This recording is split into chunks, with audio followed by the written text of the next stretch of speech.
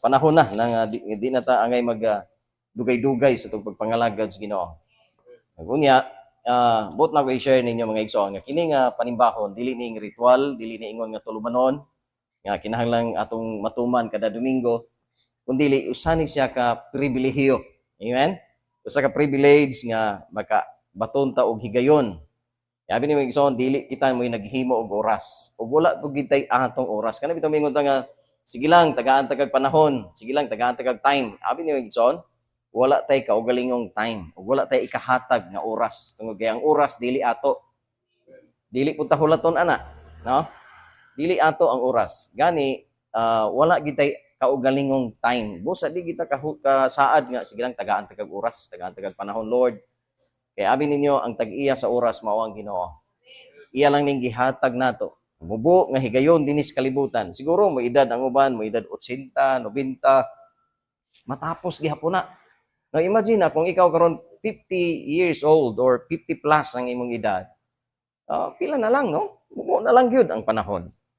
Ug busa ato kanunay pahimuslan. I-grab nato ang matag higayon, mga igsoon, dili gyud mausik labi na gyud ang iyaha sa Ginoo. Amen. Tungod kay ang purpose nganong nabuhi ta dinhi sa kalibutan, nganong gilugwayan pa sa Dios, nganong gi-extend pa niya ang atong adlaw. Kaya niyo, pag matas kabuntagon, extension na sa imong kinabuhi. Amen? Holy Spirit mismo mo'y nagpukaw nimo. Kung moingon lagi ta nga tagaan na tog oras or kinahanglang maglaan gyud tag oras, mga igsoon, dili kita makasaad. Tungod kay ipahulam ra sa ato ang minuto sa atong kinabuhi. Matag pitik sa orasan, ang Dios nag-ihap niya na sa atong mga adlaw. Giihap niya ang panahon kung kano sa asa takutob ang atong mga pagpuyo dinhi sa kalibutan. Abi ni Megson, sa pagkatao lang nato dinhi sa pagkahimugso lang nato gikan sa taguangkan sa atong inahan. Ang uban nga mga ginikanan nagmahay, no? Nganong pang ingon ani man ning akong anak. Ngay uban mga dili bitaw prepared nga mahimong nanay o mahimong tatay. Nagmahay sila nganong naa sila nakaanak so wala pa sa saktong edad. Labi na sa mga batan-on ron. Pero actually mga igsoon, wala gyud sityak nato matagusa. Walay aksidente. Tungod kay giporma ta sa Dios didto mismo sa taguangkan sa atong inahan. Nasuwat na sa Biblia. Before you were born, I know you. Wala pa ka mahimugso, giporma pa lang kanako di sa taguangkan sa imong inahan. Kahibalo na ko nimo. Kailan ang Dios sa ato matagusa. Ang gihimo sa Ginoo mga igsoon, iyan ang i-design ang atong kinabuhi. Pagkatao pa lang nato, nasayra na niya, naa na siya dito sa atong katapusan. Amen? Naana ang Dios atong sinugdanan ug naana pud siya sa atong katapusan. Mato pa kaniya, I am the beginning and the end. Wala na iya gimin ngadto sa ubang butang kundi diha sa imong kinabuhi nagingon ang Dios, ako mo'y sinugdanan ug ako ang katapusan. So kahibalo na ang Dios sa atong katapusan. Dili na siya inosente ana. Amen? Dili na siya masyak kung naunsa ta. Tungod kay nasayod na ang Dios. Before you were born, I know you. So along the way, while gabiyahe ta mga igsoon from the beginning sa atong kinabuhi, unang hilak nato, unang inhale and exhale nato dinhi sa hangin nga atong giginhawa, naa ang Dios nag-uban nato. And then hangtod sa pinaka last breath nga atong giginhawa dinhi sa kalibutan, naa ang Ginoo dito. Amen. Busa mga igsoon, kung ug alagad ka sa Ginoo, kahibalo kang moingon nga Lord, akong kinabuhi na gyud sa imong mga kamot. Di mato pa, it is a dreadful thing. Usa ka delikadong butang nga mahulog pagyud ka sa mga kamot sa Dios. Amen? Napakadelikado nga mahulog ka sa mga kamot sa Ginoo. Tungod kay asa man ta mahulog, diha ra gyapon ta sa mga kamot. Imagine na kining kalibutan gisapnay sa mga kamot sa Dios. Wala tay kadpadulngan. Amen. Naara gihapon mahulog sa mga kamot sa Dios. Ug kadtong mga kamot sa Dios mga igsoon, alang sa atong kaluwasan, gilansang kadto sa cross. Amen. Kadtong mga kamot nga gilansang sa cross mga igsoon. Motoy isa sa hinungdan nga moingon ka Lord, wala gid ko madaganan, wala ko laing padulngan. Diha gid mismo sa imong mga kamot kay mo nay nagsapnay nako. Mo nay nagluwas nako. Gilansang na sa cross alang sa akong kaluwasan. Family of faith. Now, mato pa din sa Genesis chapter 2 verse 18 mga igsoon. Ingon ang Ginoo ngadto kang Adan. Genesis na magid nagsugod tanan. Kay dili pwede nga dili ta mobalik sa sinugdanan kay kung diretso ta dito sa ending nga di nato sugdan dito sa sinugdanan gyud. Pinakaugat sa atong pagtuo, pinakagamot o pinakasinugdanan sa atong pagtuo mga igsoon, dili na to masabtan ang biyahe sa pagpangalagad. Now, dinhi sa Genesis chapter 2 verse 18 mga igsoon, ingon ang Dios mismo mo niyang statement. Gisulti gini sa Ginoo, ingon siya, it is not good for a man to be alone. No, dili maayo. Actually, tanang gibuhat sa Dios maayo. Mato pa niya, no, sa Genesis ng basahon sa gibuhat niya ang kahayag, mitungha ang kahayag. Sa gibuhat niya ang mga yuta, ang mga bukid, ingon ang Ginoo, good, maayo. Isa ra gid kang butang ang nakita sa Dios nga dili maayo. Kana mag-inusara ra ka. No? Dili pwede nga suluhon nimo ang imong pagpaningkamot. Dili pwede nga suluhon nimo ang imong simbahan, ang imong pagpangalagad. Dili pwede nga suluhon nimo ang imong kinabuhi aron nga walay magbuot. Ikaw ra gyud. Dili maayo. Mato pa sa ang Dios mismo nagingon dili maayo mag-inusara ang tao. Sa imong mga pagpili, sa imong mga desisyon, sa imong pangandoy, mga igsoon, sa imong mga planos kinabuhi, dili pwede nga mag-inusara ka. Pwede siguro, pero mato pa sa Dios, dili maayo. Di ba? Dili makaayo nimo nga ikaw ray magbuot, wala gi mamadlong nimo, walay mo correct, walay mo encourage, wala man nay mangutana, asa naman ka? Ikaon na ba ka? O sa may mong kinabuhi ron. Dili maayo. Pwede siguro nga wala gi but-anay, no? Ikaw ra gid usawa, wagi makialam, pwede siguro na. Pero ang Bible nagingon, dili maayo. No, asa man ka ana? Di ba? It is not good for a man to be alone. So, Dios mismo na nagsulti nga out sa kadaghan na kay niyang gihimo, niingon siya nga maayo. Kini ra gyud ang iyang nakita nga dili maayo. Og ang purpose niya to aron nga magbaton og pamilya. So, unang plano sa Dios alang sa tao nga naagid say pamilya. A family of faith, mga igsoon. Tungod sa atong pagtuo, nagdinawatay ta, pinasayloay kung naamay mga bikil, nag-inunungay sa kaharuhay o kalisod. Mismo ang reality of Christ doon ay pakigsaad nga kamatayon ray makapabulag nato. Pabilintang managsuon, pabilintang pamilya. Kay mo na itong prinsipyo mga igsoon. Amen? Kamatayon ray makapabulag. Tungod kay nasa plano sa Ginoo, nasa iyang pangisi nga ikaw mismo dunay mga tao nga idugtong, isumpay sa Dios sa imong biyahe dinhi sa kalibutan. Kay dili nimo kaya nga ikaw lang. Ang pamilya una, makita nato nga pamilya sila sa pagtuo tungod kay naa sila'y Ginoo nga nagbugkos sa ilang taliwala. Naa ang Dios nagbarog sa ilang taliwala. Gi-recognize nila ang Ginoo. Amen? A family of faith, mga igsoon, dunay ligon o masaligon nga pagtuo diya sa Dios.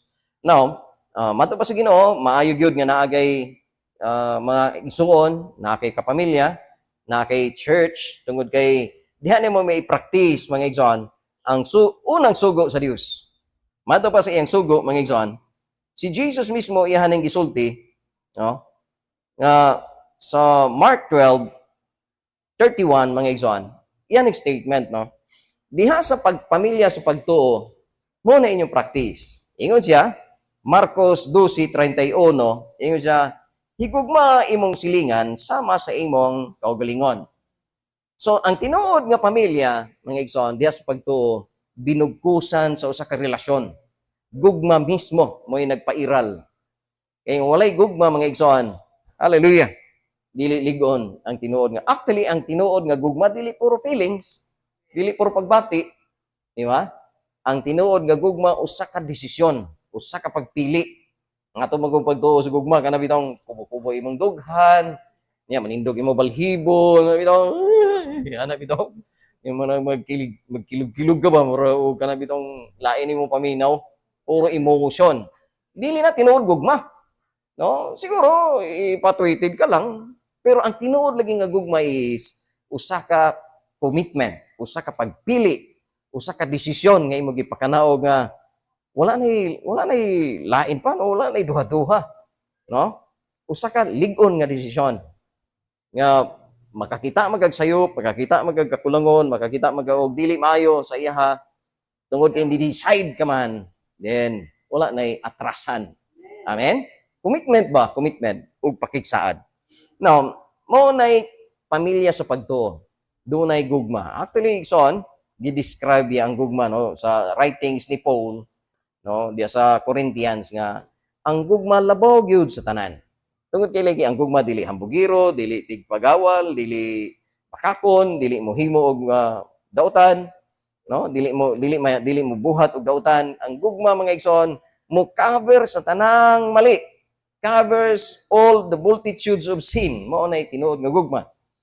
And then ang Biblia mismo nag-declare nga ang Dios gugma mga igsoon. Actually, ang gugma dili ginapangayo, dili nimo ginademand, dili nimo ginahiling, kundi imo siyang kusang ibigay. Kusa nimo siyang i-share nga to sa imong gisita.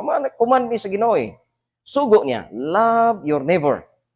So ikaw mismo mo express, ikaw mismo mo commit sa imong kaugalingon nga higugmaon ako ang isig katawo sama sa akong paghigugma sa akong dili selfish. Dili ka naka-center sa imong kaugalingon lang. Amen. Gitagaan nimo importansya ang ubang mga tao. Sama sa imong paghatag og importansya sa imong kaugalingon. Now, there is a church as a family of faith. There is a simbahan. Tagaan na itong importansya ang matagusa. Tagaan na itong dako bili ang matagusa. So, gugma mga igsoon, atong ipakita labi na sa mga tao nga dili lovable. Dili lovable nga mga batasan. Amen? Dili mga tao mga igsoon nga kung imong tanawon ang testimony, mura o kanang grabe ka makaulaw. Pero diha sa mga mata sa Diyos, ang tanan natong kaulawan, gidala na niya dito sa cross. Amen? Gibutang ang atong kaulawan. Kita ang tanan makaulaw man. No, naaganito yung mga sala nga wala na to na ipadayag. Wala na to na ibutyag. Sikreto. Gibuhat nito, singit-ngit. Huwag ka to makaulaw kayo. Yan ang gisikreto, tungod kay makaulaw siya. Pero diha sa mga mata sa Diyos, dayag kayo mga igsoon. Walay natago. Pero nga naman, nga welcome man kayta sa iya mga kamo. Tungod kay tinuod lang mga igsoon, God is love. Ang Dios gugma. Ug kana nga klase nga gugma mga igsoon mo'y nitabon sa tanan natong mga kalapasan. The love of God covers all the multitudes of sin. Bisan sa atong pagkamasalaypon mga igsoon, gipakita niya yung gugma, wala niya gihangol lang yang bugtong anak. While we will yet sinner, yang gihatag yang bugtong anak. A family of faith nga din dunay pagtuo nga sila gihigugma sa Dios. Actually, igsoon, kini nga pulong nakapadasig nako. Nagingong ko sa kagalingon, Lord, daghan magigoy kapakyasan. Bisag kapila ko na himong pastor. Doon ako'y mga kaulawan sa akong kinabuhi. Even ang akong mga kaliwat, ang akong kagikan. Actually, igsoon, kung kanunay na to hinumduman o puy-an ang atong mga nangagis kinabuhi, ang atong mga past ba, mo to hinungdan nga magapos ta. Og daw dili ta kaabot nga do sa unahan. Mato pa sa panultihon nga ang taong hindi marunong lumingon sa kanyang pinagalingan, hindi makarating sa kanyang paroroonan. Pero kung imong puy-an ang imong past, no, puy-an imong mga nangagi, di jud Ginoo kaabot sa unahan. Amen. Kanunay nimong lingion tong mga di man maayo ang atong nangagi. Di ba? Nay mga butang nga maayo. Pero doon ay mga butang, doon ay mga dark side dito. Doon ay mga dark side sa atong mga nangagi. Huwag mo ito iikon sa yawa ba, i-remind sa imo, ay, nga naman ka, mamang ka. Nanay song, The Giant Keep on Reminding Me. Time and time again. Boy, you will never win. You will never win. Dili man ka mo daog, kay nga na ka, grabe ka, weakling. Ingon na may imong pagkatao. Ang yawa mo na yung trabaho eh. I-remind ta kanunay, i-remind ka nga. Ay, mulahotay ka nga, talawan mo kay ka. Ingon na bitaw, easy ra kay ka mo give up, dali ra kay ka mo surrender.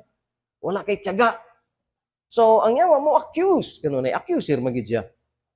Pero kung ato timan ang mga igsoon nga gihigugma ta sa Dios, in spite sa atong mga nangagis kinabuhi, gihigugma ta gihapon sa Dios. Bisan pa sa atong mga kahimtang ngayon ini. Ato i-remind natong kaugalingon nga kita gihigugma gayud sa Dios. Mahinungdan nga iyatang gipakamatyan. Ami igsoon kung 7 billion ang tao sa kalibutan karon.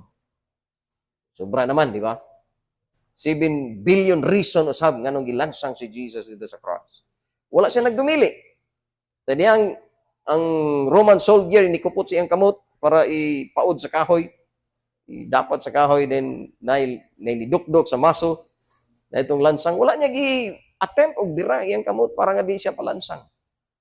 Wala siya nagdumili, mga igsoon. Kusang loob nga gitahan sa Ginoo ang iyang kaugalingon para ilansang sa cross. Tungod kay isa sa iyang gihunahuna mao kita. Kung dili siya ilansang without shedding of blood, there is no remission of sin. Amen. Kung walay kamatayon nga mahitabo ni Kristo igsoon, wala tay kaluwasan. Gugma mga igsoon, mao ay nagbugkos sa pamilya diha sa pagtuo. Now, kung susihon nato atong gugma diha sa pamilya, pamilya man atong gisgutan, kining reality of Christ local church, unsa may atong pagbati nini nga lokal. Unsa may atong feelings. Di ba? Usahay conditional. Abi mo karon kay daghan ni excited na nga mo sa simbahan. And then, kung makakita bitaw ta og problema sa church, relational problem, financial, daghay, pwedeng mahimong problema ang simbahan. Di ba? Pananglita makakita kag problema sa simbahan nga mga young people, dili na manimba, nagkuan na lang, nag-compromise na. Napapakatay gugma manhig simbahan. Pananglita no, pinaka-worst. Kung makita ninyo yung pastor nga napakyas, dili magini perfect niyo pastor, may Maginoo ni. Di ba? Makakita mo og sayop sa inyong pastor. Napapakay mo gugma mo duol sa simbahan. Abi Nixon, very common na nga kaso. Very common. Even sa mga mega church, sa mga dagkong simbahan. Kumuna ng mga problema. Kita na lang sayop sa pastor kay ang iyang giwali taliwas, mali, or taliwas sa iyang gibuhat. Nagwali siya og no corruption. Unya kini dagan magpolitika, kurakot may no dito di impas ang simbahan. Nakadawat magmalita. Hindi ang iyang mga miyembro karon niya to sa social media. Miyembro biya ako ng simbahan na, pero sukad nga nahibalaan ako nga si pastor ingana di ay. May pagdi na lang oy. Mao na diha mga igsoon. Amen.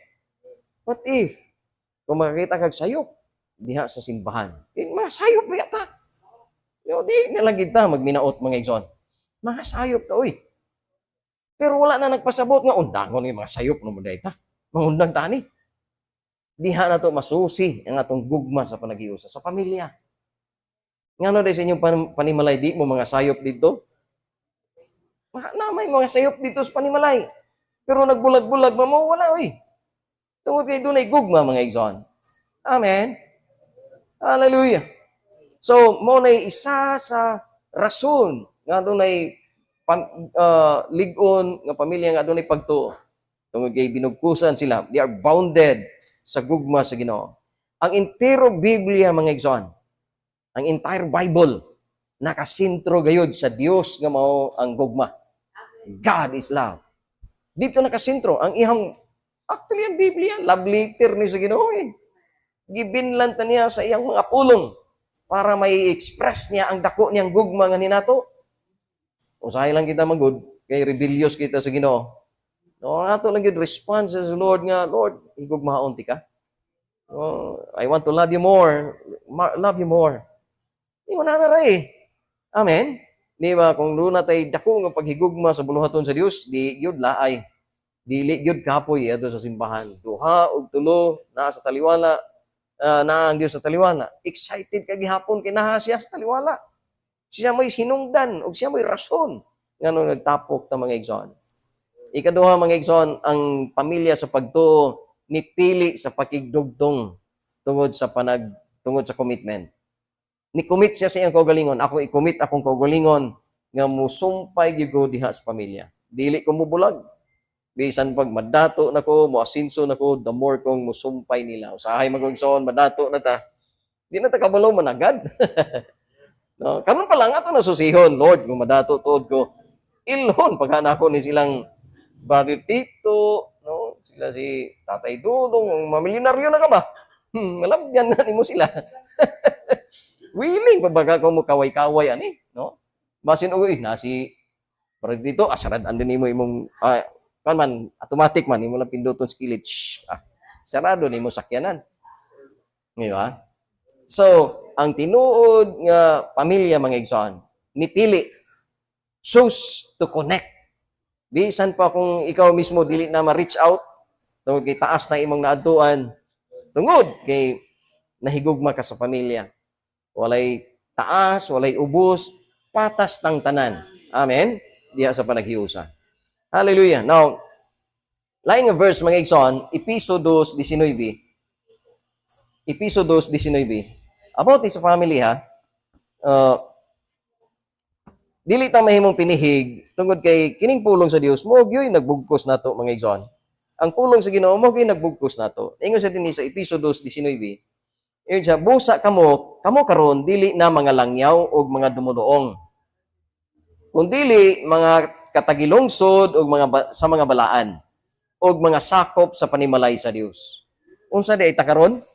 Mga igsoon, dili kita mahimong insecure, ma-inferior ta tungod kay mas balaan ang uban, then kita dili, maminaw nato mas daghan kay tagsayop kay sa ila. Pero ang Biblia nagaingon, busa kamo karon dili na mga langyaw o mga dumunoong.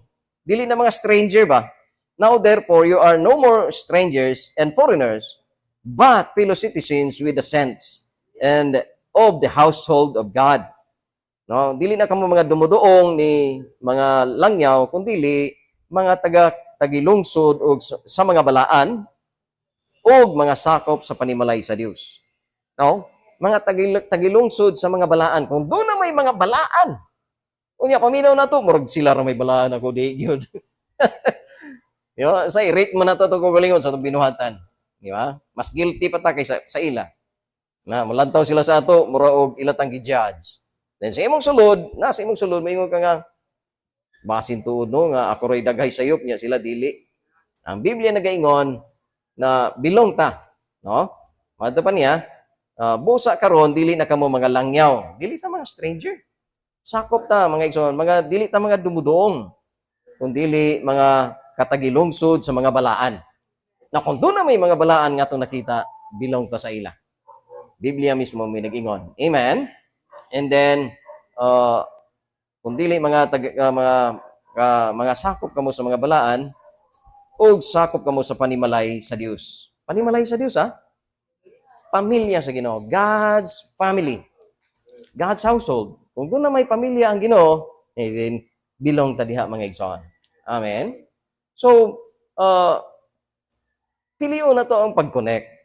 Tungod kay sakop ta, mo sugod tag sa dili, kabahin kita sa panimalay sa Dios. Hallelujah. And then, next mga igsoon, ikatuloy is, dunay panaghigalaay, friendship. Actually, igsoon, ang tinuod nga higala, lisod, kay niyo makita. Lisod, pangitaon, ang tinuod nga higala. Nga, mato pa sa pulong sa Dios, mas tamis pa ang samad nga hinimo sa higala kaysa halok nga hinimo sa kaway. Amen? Dunay kiss nga gihimo sa kaway mga igsoon. Amen? So, matupad ni sa Acts buhat kapitulo 2 44, ang tinuod nga sakop sa panimalay sa Dios, friendly siya. Friendly. I-share niya ang iyang pakighigala sa uban. Dili ni ihangol ang iyang pakighigala sa uban. Buhat kapitulo 2 44. Ingon siya, all believers were together and had everything in common. No? Ang tanang mga magtotoo, nagtapok sila. O gihimo nilang common ang ilang mga butang. Yo, salo-salo. Ano yung exoning nga ni? Share sila, nag-share ba? Share sila sa kalisod, sa karuhay, sa tanan. Di ba? Matapos sa, muna gihimo sa mga early church. All believers were together and had everything in common. Gani, grabe ka-extreme sa ilang panahon mga igsoon, kaya gibalik niya ilang mga kabtangan. Hindi naghiusa sila dito, marag inunungay ba? Yung sa karon, marag lisod naman na sa ato, no? Kay hayahay itong dagbugbutang, milyonaryo niya magigkuan sa ato, common, muna ihimo sa mga kulto. Pero gibuhat na sa mga tao kanito, early church, di ba? And then, nagpalahutay sila sa mga pagtulunan sa apostolis, gibuhi sila mga igsoon, dili sa ilang mga kabtangan, kundi nanginabuhi sila sa mga pagtulunan. Ilaha po to. Di ba? They continued sa mga fellowship. And then, sa mga pagtulunan sa apostolis. Dito sila nanginabuhi. Mo ilang gihimo, baligya ilang mga kaptangan, and then, dito sila namuyo o nagpatalinghog kanunay sa mga pagtulunan sa mga apostolis. Ug tungod sa ila, nabuhi ang church hangtod karon midagayday sa gihapon. Gikan niya tong early church hangtod sa atong last days na nga mga kasimbahanan. Pure pagihapon ang mga pulong nga atong nasalo gikan sa ila. Tungod nato ilang gihimo. Koinonia, no? Monay fellowship, koinonia, mga igsoon. Now, ang tinuod nga pamilya sa pagtuo, managhigalaay sila diha sa panaghiusa. Igsoon, ang tinuod nga higala, kahibalong mo badlong, kahibalong mo rebuke, kahibalong mo sulti sa tinuod. Why lipod-lipod? Busa, kung doon na maganitaw nga mubadlong nimo, nga bitong walay reservation, ayaw kasiluan na. Tungod kay tinuod na siya nga higala. Dili na plastic. Wala na nagpakaroon ingnon diya sa imo. Amen? Now, another verse, Proverbs 27, verse 17. Now, ingon ani ang panghitabo sa katinuod nga pamilya sa pagtuo. No? Ingon sa diha, Proverbs 27, verse 17. As iron sharpens, so man sharpens one another. Sharpens another. No? Ingon nga ang puthaw, kung mubag-id bito kanunay, mupahait sa laing puthaw. Busa, Proverbs 27 verse 17, as iron sharpens iron, iron sharpens against iron. So, one man sharpens another. Ang diha sa tinuod nga panaghiusa, kitang tanan mo bansay, mo pahait sa atong kaalam matag usa. Amen? Dili na magpabiling mangmang or ignorante. Kung dili, mato pa sa Biblia, gikinahanglan nimo imo igsoon para the more ka mahimong mahasa. The more ka mahimong malantip o mahait. Kaya ang puthaw, once mo bag-id sa laing puthaw, murag maggabaid ka ba? Gabaid. The more ka mahimong hait, mga igsoon, diha sa imong panabot, tungod kay naa kay mga igsoon. Amen? Muna'y pulong, ngingon, iron sharpens against iron. Amen? Now, very common or familiar panultihon, mga igsoon. So, we share our homes, bisan pa atong panimalay, i-share nato, mo-offer tag hospitality, ingon nga pamilya diya sa pagtuon. Kini very basic, mga igsoon, nga action, usa ka action, basic nga action, no, diya sa tinuod nga pamilya. And then last, mga igsoon, isip a family of faith. Matag-usa sa ato, matag-usa. Doon natin parte. Doing my part. Atong parte, matag-usa. Doon natin kaugaling part diya sa pamilya. Amen? Kita ko sa FB ni viral, duha ka bata ba nga, managsuon to sila. Sinumpagay sila maayo. Ang ilang giawayan diya ay ang muhugas sa plato. Ingon na itong isa, hilak na nga. Hilak na nga isa, nasakitan na. Ingon na siya nga, panghugas ng plato. Di na siya mahugas ng plato, kinakulatahan na good. So, ingat na. No? Doing our part, kita diha sa pamilya, mga igsoon, matag-usa, doon natin parte. No, kami ni nanay, kauban, mga partner, giming duha, diya sa ministry. Bisan pa kung dili siya muwali, bisan dili siya mo barog sa pulpito para muwali, pero doon na say dakong importante o dakong importansya diya sa ministry. Kaniya, while nag-prepare mi buntag, ingon siya nga, mauban ko pa. Ingon, uban. Ikaw, uban kay importante ka. O palangga ka sa mga tao. Isa to sa mga, kuan ba, nga matag-usa sa ato, doon ay part. Amen? Pangitaon ba ka sa mga tao? Pangitaon ka sa mga igsoon. Asa di si Ma'am Inday? Diba? Kung sa'y kapuyan naman guna siya, kay init po na mo sa kenan. Bitaw. Pero, mao lagi, matag-usa sa ato, doon ay part. Tanawa, di kung wasa ni uban, di walay nagkanta sa ato diri. Ay no, manganta, matatanan. Yan na si Ikong. Ikaw na po sunod. Di ba? Yan na, kasimple mga igsoon. Matag-usa sa ato, doon ay part diya sa buluhaton. So, doing my part mga igsoon. No, doon ay illustration si Jesus din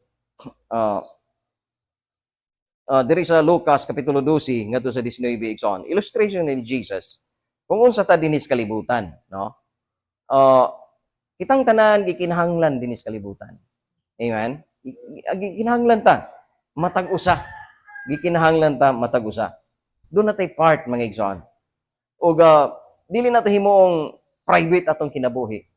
Dili na to himong pribado ang atong kinabuhi. Tungod kay kita lagi dunay dakong parte alang sa matag-usa.